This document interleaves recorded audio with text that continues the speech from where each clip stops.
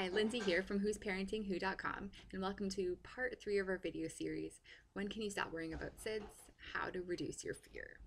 So in this post, I will be talking about fear of judgment and specifically what I've done to reduce this fear.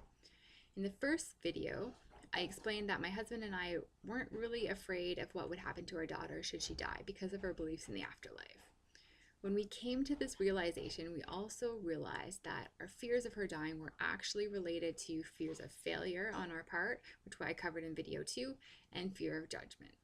So what do I mean by fear of judgment? Well, it's exactly what it sounds like. We were worried about what other people would think. We were worried that if we failed at our jobs as parents to keep Haley safe and alive, other people would judge us for it.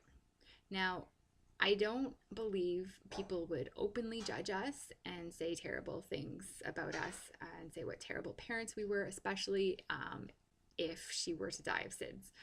But so often when we look at somebody else's situation, we think, can't it happen to us because we're doing this and that differently? Or there's probably a little bit more to the story than they're sharing. Or I'm sure there's some logical explanation for it. So when we look for that justification and rationale, there's an underlying belief that something went wrong, and if they hadn't done it that particular way, then they would have gotten a different result. So that's judgment. So not judgment in the accusatory, blatant way, but rather in a, well, they must have done something wrong or something they weren't supposed to. So how do we get over the fear that other people might judge us or that they might think that we're doing something wrong? So I'm going to share 3 strategies or tips that have really helped me and I use on a daily basis. I don't feel as judged by others as I used to, and they really increased my confidence in my decisions that I'm making as a parent. The 3 tips that I'm going to share with you, I actually learned while I was trying to get pregnant. And so they're more applicable, or they're applicable to more than just the SIDS example I'm using. So keep that in mind as you're watching. The first one is you can't feel judged by others unless you're judging yourself. So the feeling of judgment is really our perception about what other people are thinking. But the majority of the time, we don't actually know what they're thinking. So often when we're feeling judged, we need to ask ourselves if we're feeling insecure about that particular action, thought, approach, whatever it is that we're feeling judged for. Because I've found that once I get over that particular insecurity, someone could be saying the exact same things to me as they were before, but it's no longer upsetting me and I'm no longer feeling that judgment from them. And sometimes, quite frankly, I don't even notice. So that's pretty cool. The second one is treat yourself as you would your best friend. Now, in this case, I'm referring to that inner monologue, that conversation that you have in your head on a daily basis. We are often so hard on ourselves. We constantly put ourselves down. If we screw up even the most minor thing, we come down so hard on ourselves. I'm willing to bet that you wouldn't say half the things you say to yourself to your best friend. At least that's what I found. So when you catch yourself being critical of yourself, just notice it, that you're doing it, become more aware of what you're doing.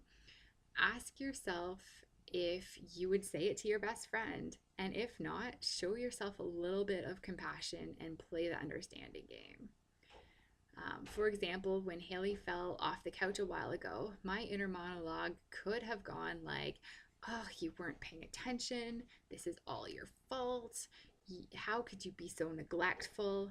She's hurt because of you, etc., etc. You get the idea. But instead, I chose to say to myself, you're doing your best. You can't be attached to her all of the time. She's going to have worse injuries throughout her lifetime. She needs to learn. You've caught her so many times, but you can't be perfect. So these are the types of things that I would say to my best friend or any close friends. And to be perfectly honest, these are the type of compassionate statements I would say to even a stranger. So by showing compassion towards yourself, you will judge yourself less. And when you aren't judging yourself, you won't feel as judged by others. So the third one is show compassion and understanding towards others.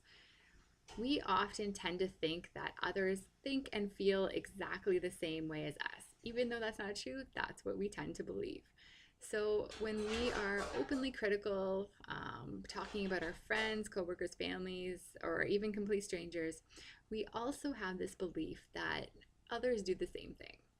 Because after all, if we do it, then others must, right? So when I'm faced with a gossip opportunity, or I'm talking to another parent about how they're approaching something in a completely different way than I would, I try to play the understanding game as much as possible.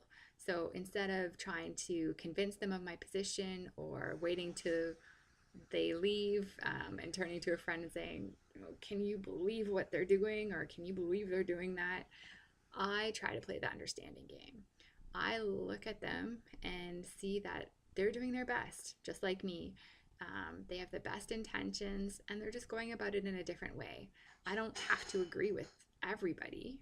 So I may offer my opinions, but I try to do so in a compassionate, suggestive point of view rather than in an attempt to persuade them of my approach. So, in the same manner that I used to believe that everybody talks about each other behind their backs, I now believe that others show compassion and understanding towards me and don't judge me, because that's how I typically approach others. And everyone thinks and feels the same way I do, right? So, because I'm judging others less, I feel less judged myself. So there you have it. Those are my 3 tips to help reduce the fear of judgment or sense of judgment. And again, they were you can't feel judged by others unless you're judging yourself. And the second one is treat yourself as you would your best friend. And finally, show compassion and understanding. So thanks for watching. And if you like this video or learned something new, please share it with your friends. Thank you.